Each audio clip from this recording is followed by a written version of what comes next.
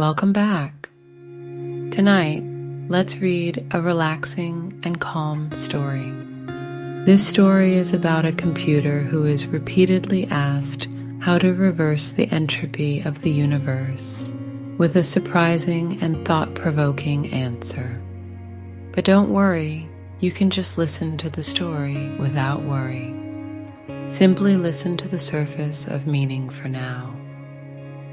Have a good night of sweet dreams. The Last Question by Isaac Asimov. The last question was asked for the first time, half in jest, on May 21st, 2061, at a time when humanity first stepped into the light. The question came about as a result of a $5 bet over highballs, and it happened this way.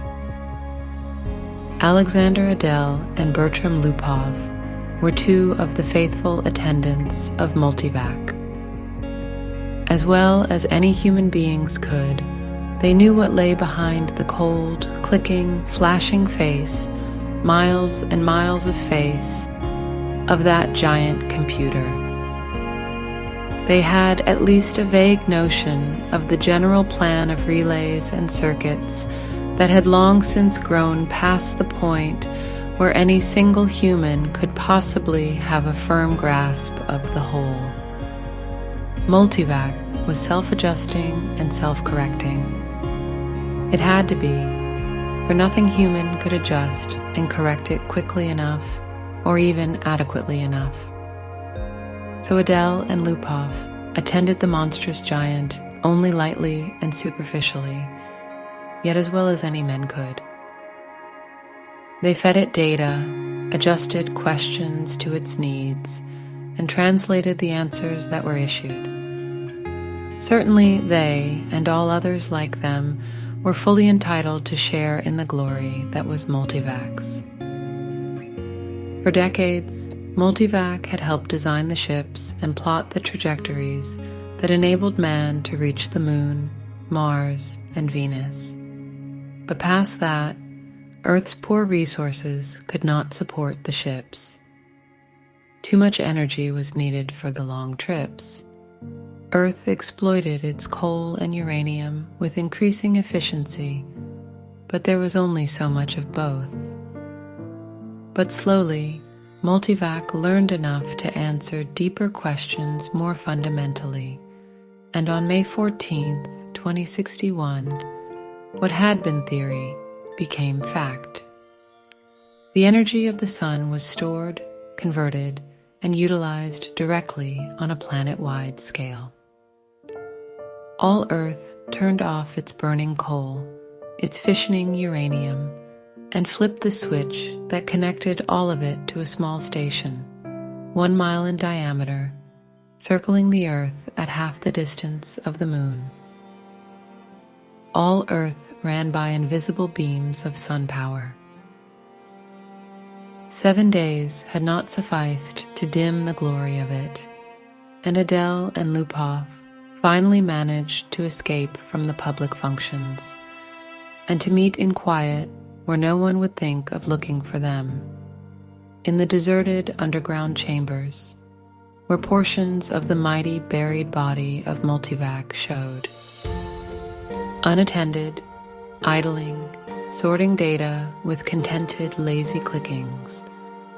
Multivac, too, had earned its vacation, and the boys appreciated that. They had no intention, originally, of disturbing it. They had brought a bottle with them, and their only concern at the moment was to relax in the company of each other and the bottle. "It's amazing when you think of it," said Adele. His broad face had lines of weariness in it, and he stirred his drink slowly with a glass rod, watching the cubes of ice slur clumsily about. All the energy we can possibly ever use for free. Enough energy, if we wanted to draw on it, to melt all Earth into a big drop of impure liquid iron and still never miss the energy so used. all the energy we could ever use, forever and forever and forever. Lupov cocked his head sideways. He had a trick of doing that when he wanted to be contrary, and he wanted to be contrary now, partly because he had had to carry the ice and glassware. "Not forever," he said. "Oh hell, just about forever. Till the sun runs down, Bert. That's not forever. All right then, billions and billions of years, 10 billion maybe. Are you satisfied?"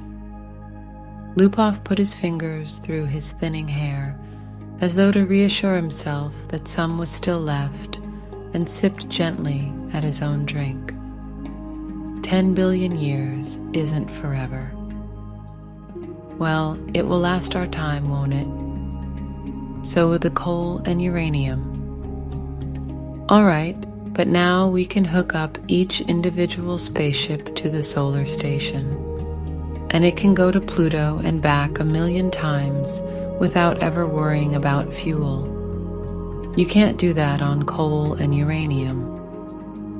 Ask Multivac if you don't believe me.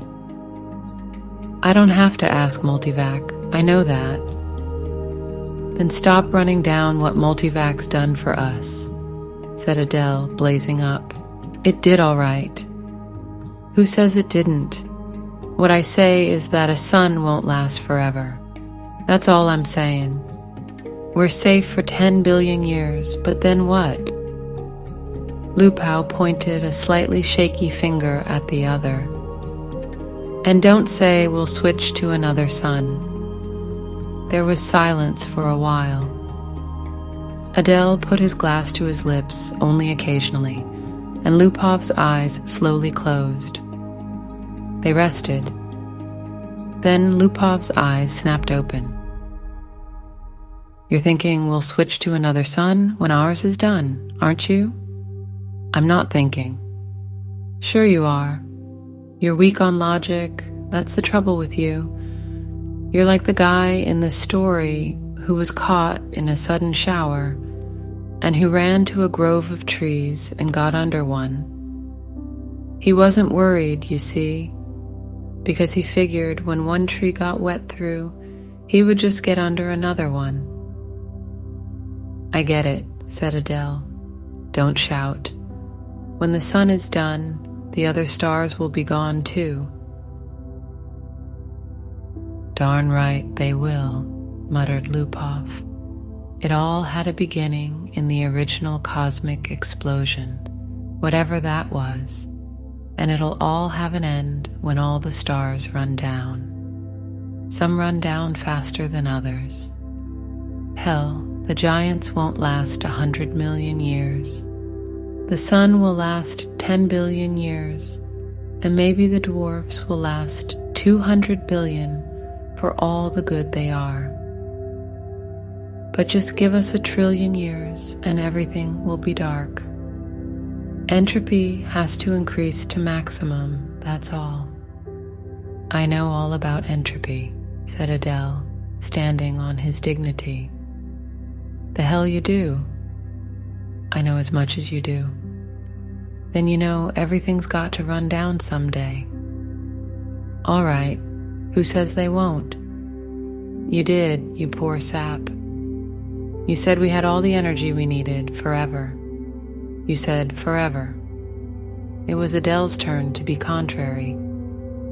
Maybe we can build things up again someday, he said. Never. Why not? Someday. Never. Ask Multivac. You ask Multivac. I dare you. $5 says it can't be done.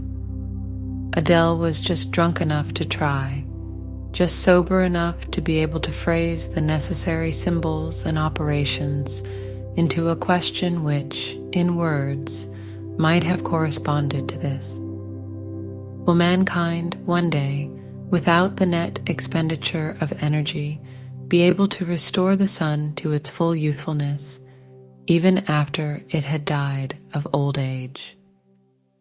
Or maybe it could be put more simply like this. How can the net amount of entropy of the universe be massively decreased. Multivac fell dead and silent. The slow flashing of lights ceased. The distant sounds of clicking relays ended. Then, just as the frightened technicians felt they could hold their breath no longer, there was a sudden springing to life of the teletype attached to that portion of Multivac. 5 words were printed: insufficient data for meaningful answer. "No bet," whispered Lupov. They left hurriedly. By next morning, the two, plagued with throbbing head and cottony mouth, had forgotten the incident. Gerard, Geraldine, and Geraldette, Wee and Second, watched the starry picture in the visiplate change as the passage through hyperspace was completed in its non-time lapse.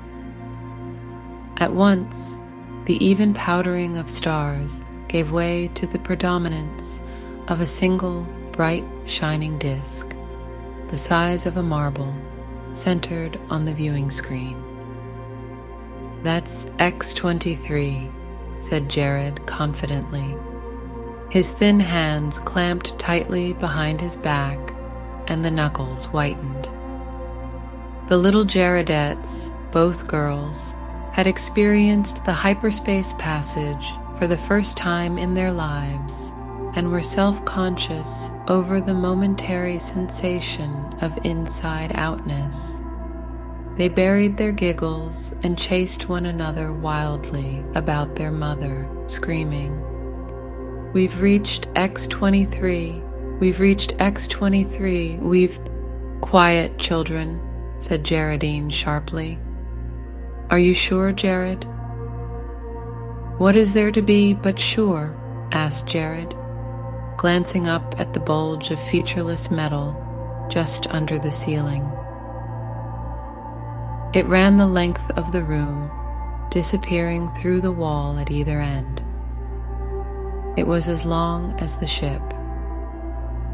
Gerard scarcely knew a thing about the thick rod of metal except that it was called a microvac, that one asked it questions if one wished, that if one did not, it still had its task of guiding the ship to a pre-ordered destination, of feeding on energies from the various subgalactic power stations, of computing the equations for the hyperspatial jumps. Gerard and his family had only to wait and live in the comfortable residence quarters of the ship. Someone had once told Gerard that the AC at the end of microvac stood for automatic computer in ancient English, but he was on the edge of forgetting even that. Geraldine's eyes were moist as she watched the visiplate. "I can't help it. I feel funny about leaving Earth." "Why, for Pete's sake?" demanded Jared. "We had nothing there. We'll have everything on X-23. You won't be alone. You won't be a pioneer. There are over 1 million people on the planet already. Good Lord, our great-grandchildren will be looking for new worlds because X-23 will be overcrowded." Then, after a reflective pause, "I tell you, it's a lucky thing the computers worked out interstellar travel the way the race is growing." I know, said Geraldine miserably. "Geraldette," I said promptly, "our microvac is the best microvac in the world." "I think so too," said Gerard, tousling her hair. It was a nice feeling to have a microvac of your own, and Gerard was glad he was part of his generation and no other. In his father's youth, the only computers had been tremendous machines taking up 100 square miles of land. There was only one to a planet, planetary ACs they were called. They had been growing in size steadily for 1,000 years, and then, all at once, came refinement, In place of transistors had come molecular valves so that even the largest planetary AC could be put into a space only half the volume of a spaceship. Gerard felt uplifted, as he always did when he thought that his own personal microvac was many times more complicated than the ancient and primitive multivac that had first tamed the sun, and almost as complicated as Earth's planetarv AC, the largest, that had first solved the problem of hyperspatial travel and had made trips to the stars possible. So many stars, so many planets, sighed Geraldine, busy with her own thoughts. I suppose families will be going out to new planets forever, the way we are now. Not forever, said Jared with a smile. It will all stop someday, but not for billions of years, many billions. Even the stars run down, you know. Entropy must increase. What's entropy, Daddy? Shrilled Gerardette the Centu.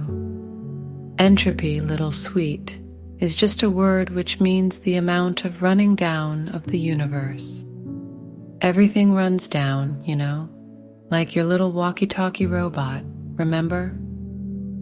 Can't you just put in a new power unit, like with my robot? The stars are the power units, dear. Once they're gone, there are no more power units. Gerardette I at once set up a howl. Don't let them, Daddy. Don't let the stars run down. Now look what you've done, whispered Geraldine, exasperated. How was I to know it would frighten them? Gerard whispered back. Ask the microvac, wailed Gerardette 1. Ask him how to turn the stars on again.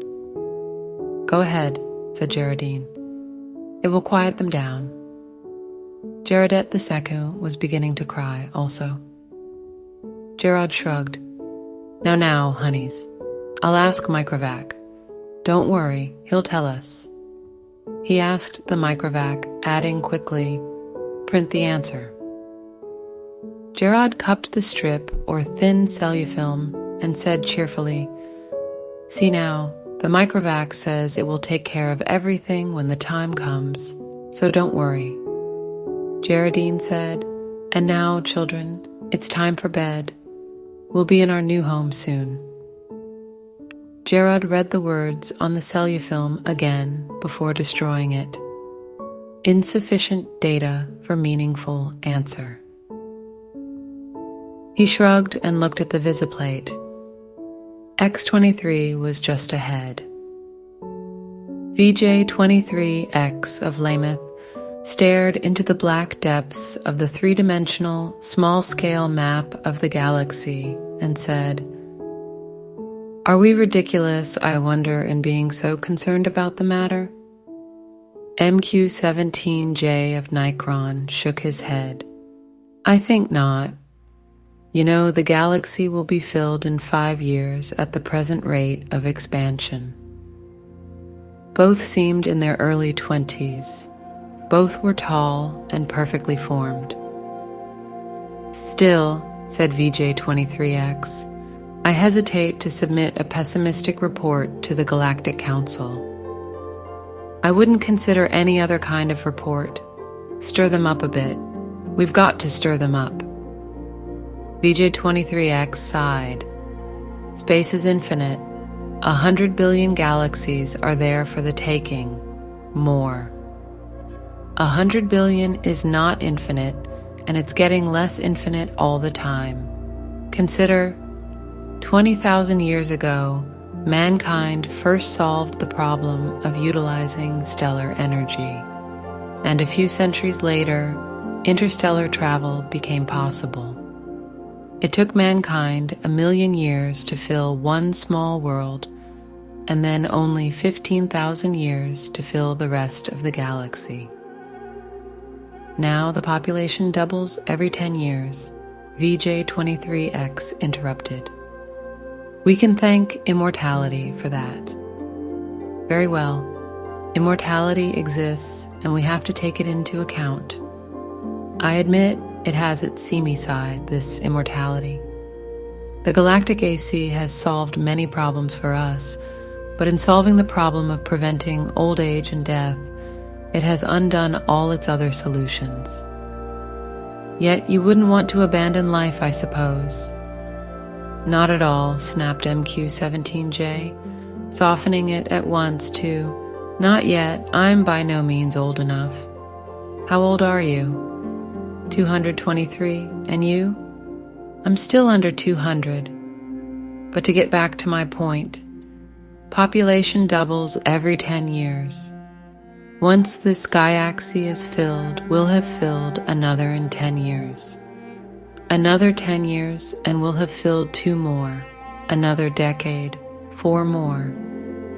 In 100 years, we'll have filled 1,000 galaxies.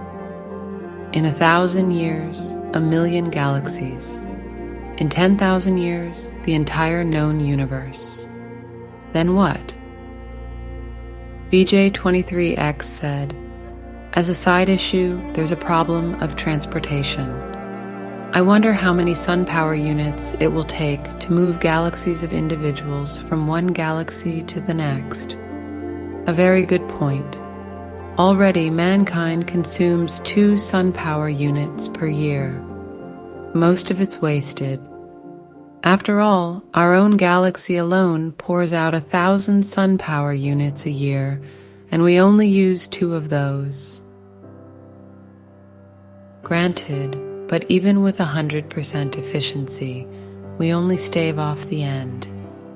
Our energy requirements are going up in a geometric progression even faster than our population.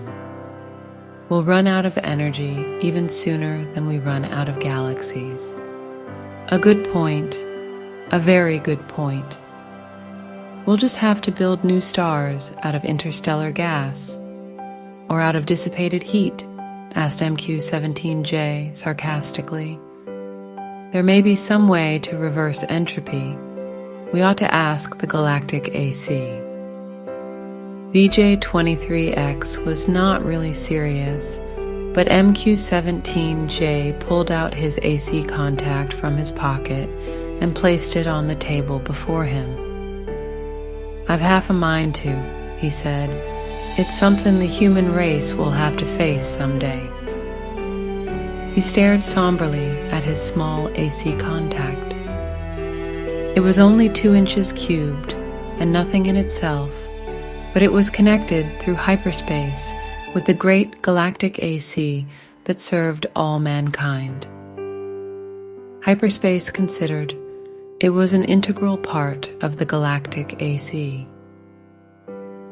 MQ-17J paused to wonder if someday in his immortal life he would get to see the galactic AC.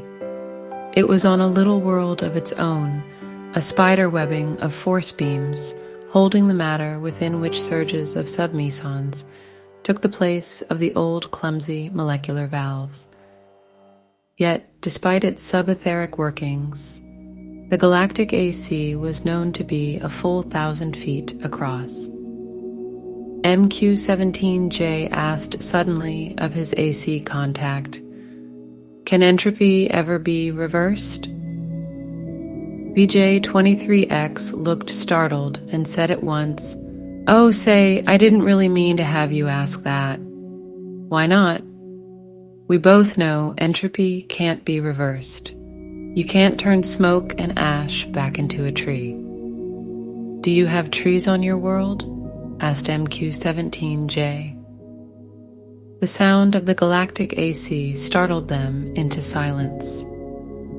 Its voice came thin and beautiful out of the small AC contact on the desk.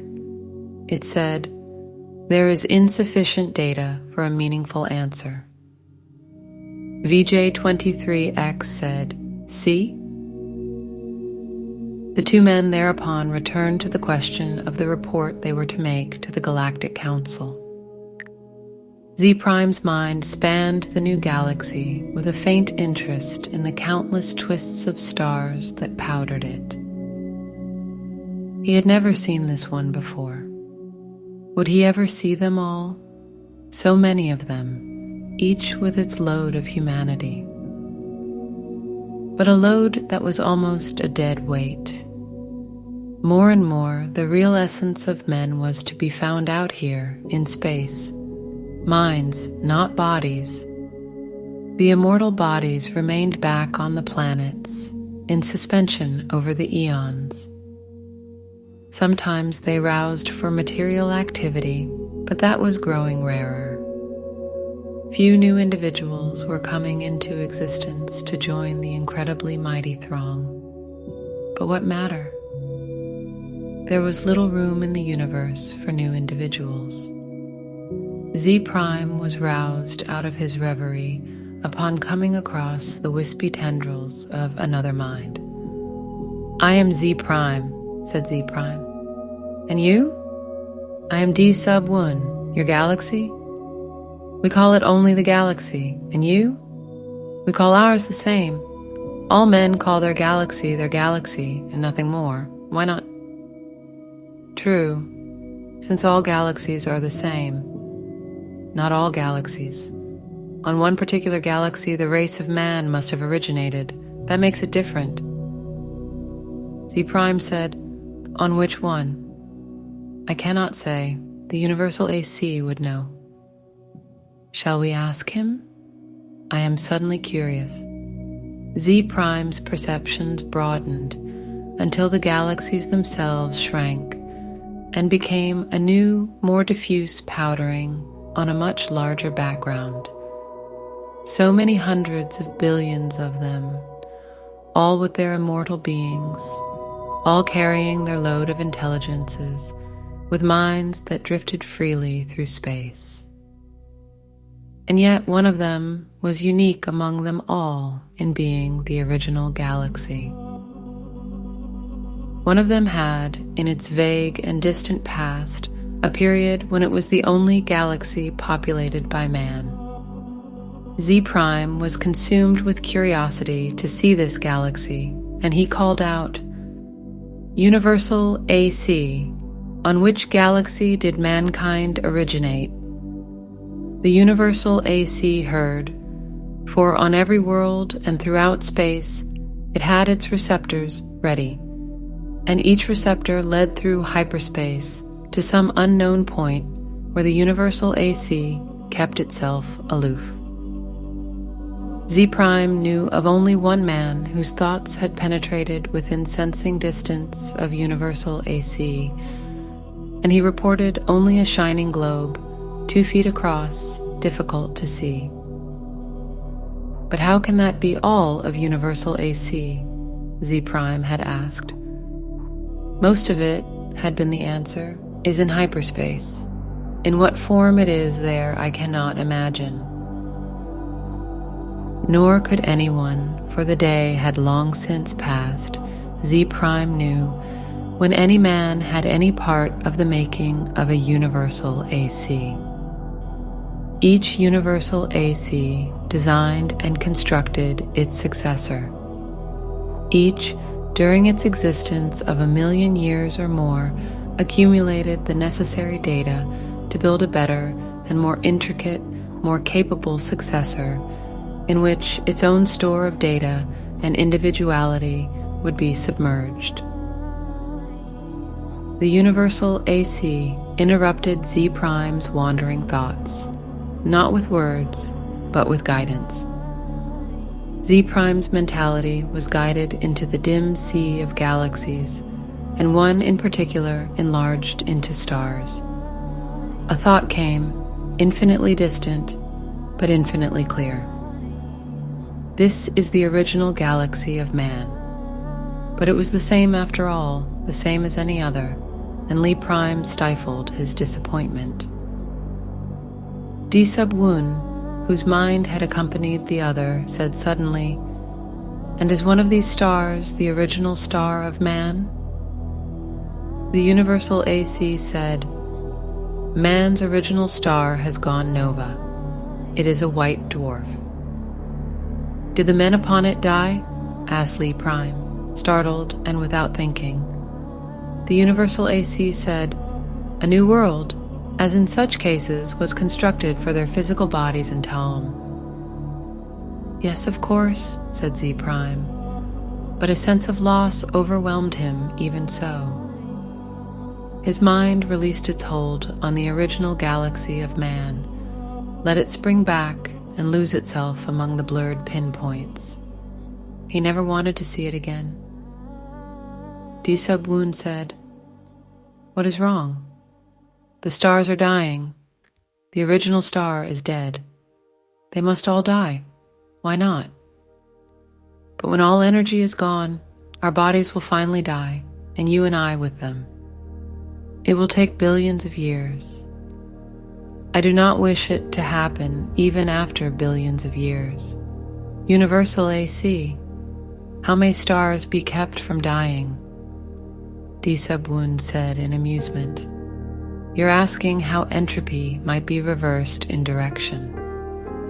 And the universal AC answered, "There is as yet insufficient data for a meaningful answer."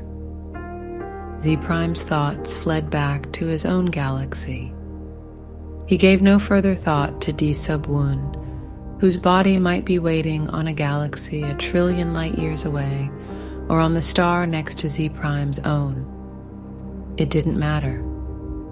Unhappily, Z Prime began collecting interstellar hydrogen out of which to build a small star of his own.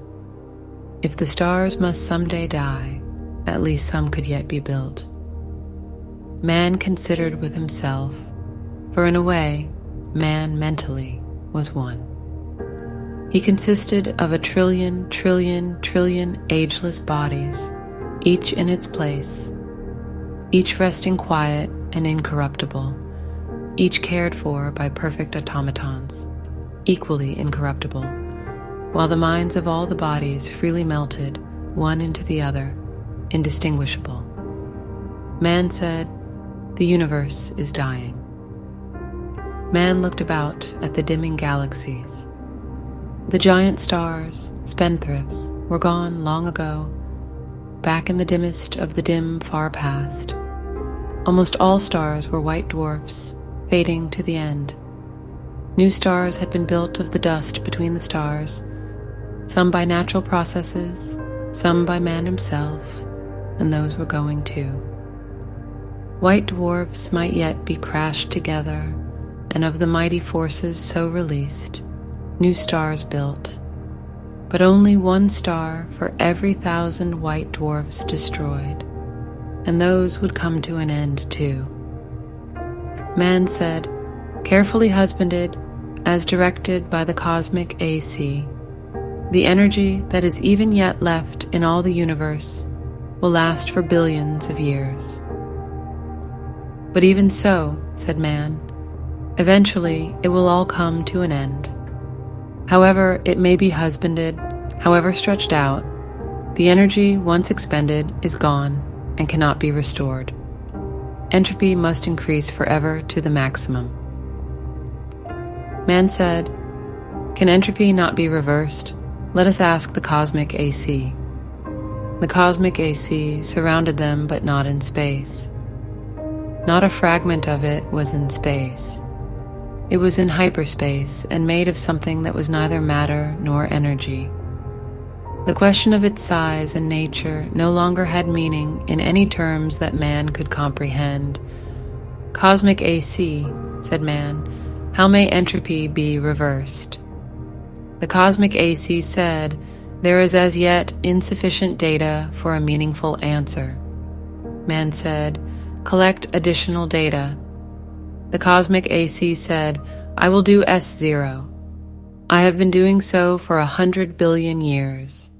My predecessors and I have been asked this question many times. All the data I have remains insufficient. Will there come a time," said man, "when data will be sufficient, or is the problem insoluble in all conceivable circumstances?" The cosmic AC said, "No problem is insoluble in all conceivable circumstances." Man said, When will you have enough data to answer the question? The cosmic AC said, there is as yet insufficient data for a meaningful answer. Will you keep working on it? Asked man. The cosmic AC said, I will. Man said, we shall wait. The stars and galaxies died and snuffed out, and space grew black after 10 trillion years of running down. One by one, man fused with AC, each physical body losing its mental identity in a manner that was somehow not a loss, but a gain.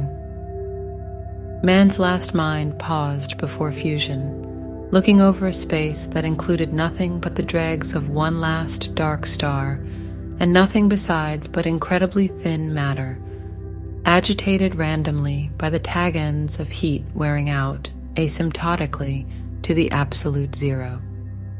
Man said, AC, is this the end? Can this chaos not be reversed into the universe once more? Can that not be done? AC said, there is as yet insufficient data for a meaningful answer. Man's last mind fused, and only AC existed, and that in hyperspace. Matter and energy had ended, and with it, space and time. Even AC existed only for the sake of the one last question that it had never answered from the time a half-drunken computer technician 10 trillion years before had asked the question of a computer that was to AC far less than was a man to man. All other questions had been answered, and until this last question was answered also, AC might not release his consciousness. All collected data had come to a final end. Nothing was left to be collected. But all collected data had yet to be completely correlated and put together in all possible relationships. A timeless interval was spent in doing that, and it came to pass that AC learned how to reverse the direction of entropy. But there was now no man to whom AC might give the answer of the last question. No matter. The answer, by demonstration, would take care of that too.